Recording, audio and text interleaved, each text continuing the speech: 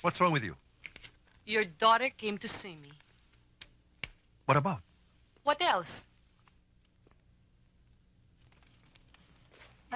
Kaya palang sungit-sungit ng batang yan lately. Did you tell her about us? Of course not. But tell me, anong gagawin ko? What do you want me to do? Hindi natin sisirain ang relasyon natin, if that's what you mean. Don't worry. She's a smart girl.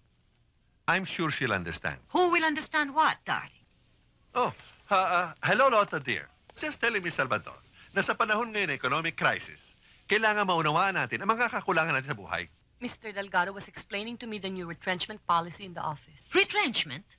Magbabawas kayo ng mga tao? Baka naman na matira sa kanila eh. Panay na panay ang overtime. With the overtime pay, baka mas malaki pang mawala sa company. I'm sure that can be worked out, Mrs. Delgado. I'm sure. Balita ang iyong efficiency, Miss Salvador. Over and beyond the call of duty. Are you getting what you deserve from my husband, Miss Salvador? I have no complaints. I'm sure you don't have any either. Excuse me. I still have a meeting to attend to. Joselito, ganyan ba talaga kung sumagot-sagot yan sekretarya mo? Bakit? Ano pinag-usapan nyo? I'm sorry, I wasn't listening. Akala ko umantok.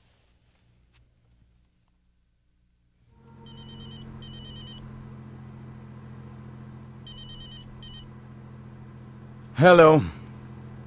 Mike.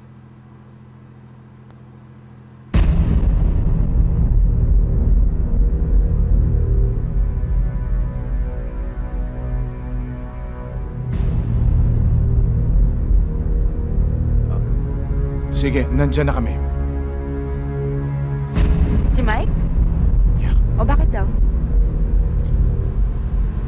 Naghihintay na daw sila.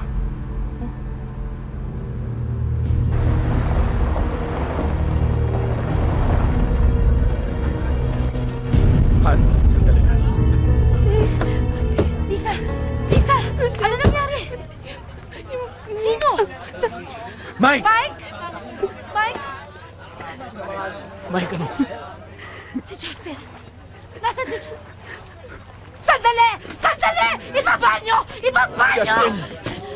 Justin! Justin. Come on, baby. Come on. Oh. Justin! Justin! Bobby, sandali! Justin! Is he breathing? Is he breathing? Justin! Please. Come on. Wait! Justin! Baby, come on. Baby! Baby!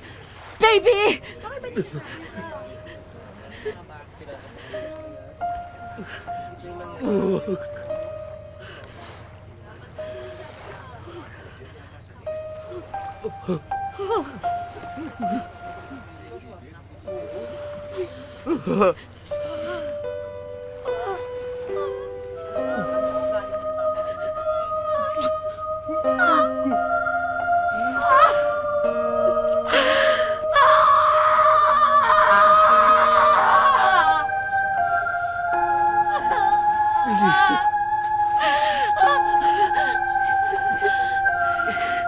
Baby, please, no. No, baby, wait, wait, wait. Justin! Justin!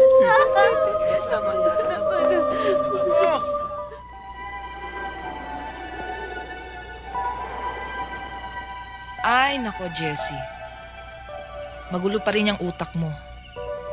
Kaya ang mabuti pa, bago ka magsalita o gumawa ng isang bagay na pagsisisihan mo later, magpalamig ka muna ng ulo.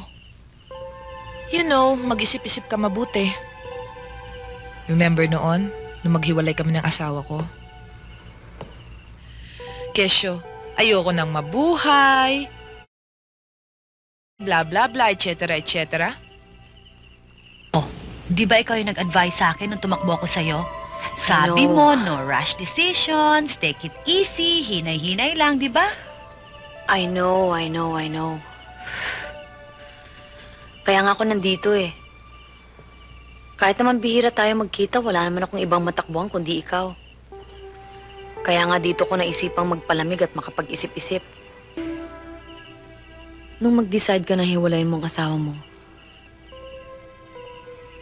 hindi ka ba nang hinayang sa mga panahon na pinagsamahan ninyong dalawa? Yung bang nakilala mong asawa mo? Magbibilang ka din naman ng panahon bago mong malaman kung talagang mahal mo siya, di ba? Pagkatapos, mamahalin mo nga siya. Hanggang sa dumating yung panahon na para bang buong buhay mo umiikot na lang sa kanya. Na wala ka ng ibang iniisip kundi siya. Hindi ba parang nakakahinayang na parang bula na lang siyang nawala sa buhay mo? Ba't bang mga lalaki pare-pareho? Alam mo, minsan tuloy, nagdududa na ako sa sarili ko eh. Baka nga ako may diferensya. Napag-usapan na natin to nung araw, di ba? Na ang lahat ng bagay dito sa mundo may kasukat. Tulad ng araw, kasing haba ng gabi. Taglamig, may kasukat na tag-init. May dahilan kung ba't nandito ka ngayon, Jessie. Hindi si Richie ang katapat mo. Kung siya man, ang panahon ng tag-ulan, hindi ikaw ang kanyang panahon ng tag-araw.